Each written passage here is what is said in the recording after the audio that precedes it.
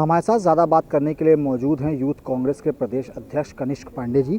कनिष्क भैया, आज young India bull का ग्रैंड फिनाले हो रहा है। क्या ये पूरा कंपटीशन है जिसका ग्रैंड फिनाले हो रहा है, और किस तरीके से यहाँ जो लोग परफॉर्म कर रहे हैं उनको आगे कांग्रेस में जगह मिलने वाली है? देखिए, देश में दो विचारधाराएं काम करती हैं। हमारी पार्टी हमेशा ये सोच रखती है कि ज़्यादा से ज़्यादा ज़मीन से लोग उभरें और वो अपनी बात रखें। वो अपने ज़िले के पटल पर अपनी बात रखें, वो प्रदेश स्तर पे, राष्ट्रीय स्तर पे। इसी सोच के साथ पूरे देश में यूथ कांग्रेस ने इस कार्यक्रम को आयोजित करा, जिसमें हम लोगों की उद्देश्य है कि अच्छे वक्ता अपने अपने ज़िले में निकलें। वो समाज को लेकर, सरकार को लेकर, अपने भविष्य को लेकर, अपने आने वाली जो पीढ़ियां उनके भविष्य को लेकर वो अपनी बातें रखें। उसी के तहत आप देख रहे हैं पूरे उत्तर प्रदेश से जो हमारे चिन्हित करे हुए तकरीबन 55 प्रतिभागी हैं वो आज यहाँ पे हैं। इसके बाद जो यहाँ पे टॉप 3 होंगे वो दिल्ली जाएंगे और दिल्ली में राहुल जी के समक्ष में या फिर जहाँ पे उनकी यात्रा में एक कार्यक्रम होगा उसमें अपनी इस भाषण प्रतियोगिता में रखेंगे। क्या लगता है इस तरह के कार्यक्रम जो आयोजित किए जा रहे हैं, इससे आने वाले समय में कांग्रेस को क्या फ़ायदा पहुँचने की उम्मीद है? देखिए, हम लोग निरंतर लगातार आम जनमानस तक उनकी आवाज़ को सशक्त करने का काम कर रहे हैं। दो तरीके की विचारधारा है। एक आम जनमानस की आवाज़ को दबाने की, उनके जो मुद्दे हैं, महंगाई है, पेट्रोल, डीजल, गैस का सिलेंडर, खाद्य सामग्री, जो भी ये सारी चीज़ें, एक विचारधारा है कि उसको दबा दो, उसको कुचल दो, उसको आपस में उलझा दो, उसको लड़ा दो, आपस में एक दूसरे के मन में खटास पैदा कर दो। और दूसरी तरफ कांग्रेस की विचारधारा है कि लोगों के मन में किस तरीके से और एक दूसरे के लिए एक अच्छे ख्याल बने, एक दूसरे का आदमी वो रखे, अपने भविष्य की चिंता करे। तो इसको लेकर हम लोग ये हमेशा करते रहे। ये हमारी विचारधारा में है और यही हमारी राजनीति करने का तरीका है। हमें लगता है एक ना एक दिन देश भी ये समझेगा कि जो प्रेजेंट की सरकार है वो उनके मुद्दों को भटकाकर खाली उनको लड़ाने का काम कर रही है और देश उनको दरकिनार करने का कार्य करेगा। कांग्रेस भी 2022 का विधानसभा चुनाव का जो हर्ष हुआ कांग्रेस पार्टी का, सबने देखा। आज के समय पे देखा जाए तो आने वाले समय पे नगर निकाय चुनाव है, उसके बाद 2024 लोकसभा चुनाव है। यूथ कांग्रेस किस तरीके से अपने आप को प्रिपेयर कर रही है आगामी चुनाव के लिए? देखिए, पहले भी जो परिस्थितियां रही, हम लोग लगातार जो भी कार्यक्रम मिलते रहे, चाहे बेरोजगारी का मुद्दा रहा हो, रोजगार का मुद्दा रहा हो, उन सब पे निरंतर हम लोग पूरे प्रदेश में काम करते रहे, ब्लॉक स्तर पर जाके काम करते रहे। आने वाले समय में चाहे नगर निकाय का चुनाव या 2024 का चुनाव, हम लोग प्रदेश के युवाओं की आवाज़ को सशक्त करने का कार्य कर रहे हैं। सत्ता में हो या सत्ता में ना हो, तब भी हम लोग उनकी लड़ाई लड़ने का कार्य कर रहे हैं। आपने देखा हमारी नेता आदरणीय श्रीमती प्रियंका गांधी जी, उत्तर प्रदेश का कोई भी मुद्दा रहा हो, हर मुद्दे पर आगे से आगे बढ़कर उन्होंने लड़ाई लड़ी, बिना ये देखे हुए क्या परिणाम आने वाला और बिना ये सोचे हुए कि हम जनता के लिए करते हैं और आगे भी जनता के लिए करते रहेंगे। कनिष भैया, एक सवाल मेरा और है। 2022 के विधानसभा चुनाव प्रियंका गांधी के नेतृत्व में लड़ा गया। तमाम मुद्दे हैं जो सड़कों पर उतारे गए, उसके बाद सड़क से लेकर सदन तक लड़ाई भी लड़ी गई, लेकिन कहीं ना कहीं ये कहा जा रहा है कि जो मुद्दे थे और जो कांग्रेस की विचारधारा है वो जनता तक नहीं पहुंच पाई। अब आगे आने वाले चुनाव में जनता तक इन मुद्दों को और इन नीतियों को पहुंचाने के लिए यूथ कांग्रेस ने क्या रणनीति तैयार की है?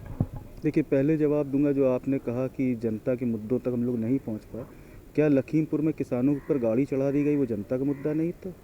क्या हाथरस में एक गरीब बिटिया को रात में 2:30 बजे किस तरीके से अपने आप को हिंदूवादी सरकार कहने वाली सरकार रात में 2:30 बजे उनके शव को फूंक देती है, और उस पर अगर हमारे नेतागण, हम लोग जेल जाते हैं, हमारे नेतागण उस पर संघर्ष करते हैं, तो क्या ये जनता का मुद्दा नहीं था? क्या उम्भा में गरीब लोगों पे, आदिवासियों पे गोली चला दी जाती है, तो क्या ये जनता का मुद्दा नहीं था? हम लोग जनता के मुद्दे पे निरंतर लड़ते आए थे। आज भी आप देख रहे हैं, चाहे जीएसटी का मुद्दा रहा हो, चाहे अग्निपथ का मुद्दा रहा हो, निरंतर हम लोग उस लड़ाई को लड़ रहे हैं। चाहे महंगाई का मुद्दा रहा हो, आगे भी लड़ते रहेंगे। जनता अभी दूसरी तरफ जो हमारा सरकार है वो कहीं ना कहीं जनता को भटकाने का निरंतर प्रयास कर रही है। एक ना एक दिन जनता को समझ में आएगा कि उनके मूल मुद्दों पे कौन लड़ रहा है और वो पुनः पलट के पूरी ताकत से हम लोग को सत्ता में बैठाने का काम करेंगे।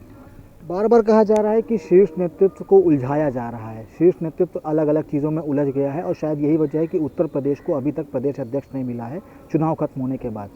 क्या लगता है प्रदेश अध्यक्ष के बिना जो आप लोग की रणनीति है वो धरातल पर उतर रही है, संगठन मजबूत हो रहा है?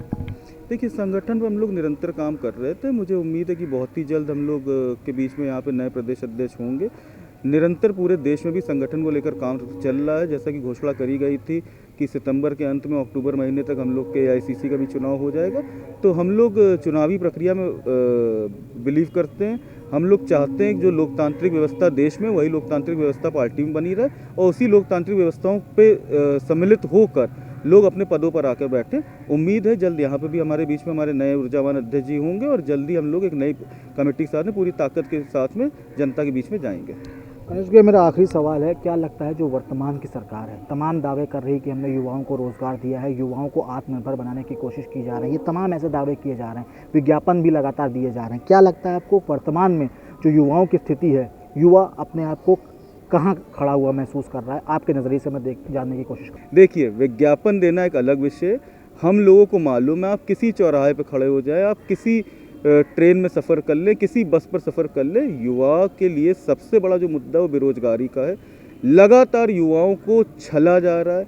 आप उनको चाहे सेना में 4 साल का मुद्दा हो, चाहे बैंकों में 4 साल का मुद्दा हो, चाहे मनरेगा में कटौती, जितनी भी जगह है, कहीं ना कहीं युवाओं के भविष्य पर, उनके रोजगार पर सरकार, चाहे केंद्र की हो चाहे प्रदेश की हो, चाहे 2 करोड़ रोजगार का वादा करने वाले हों, चाहे यहाँ पे 10 लाख और 50 लाख और 1 करोड़ रोजगार का वादा करने वाले हों, पूरी तरीके से अपनी घोषणाओं में विफल हैं और खाली घोषणावीर बन के रह गए।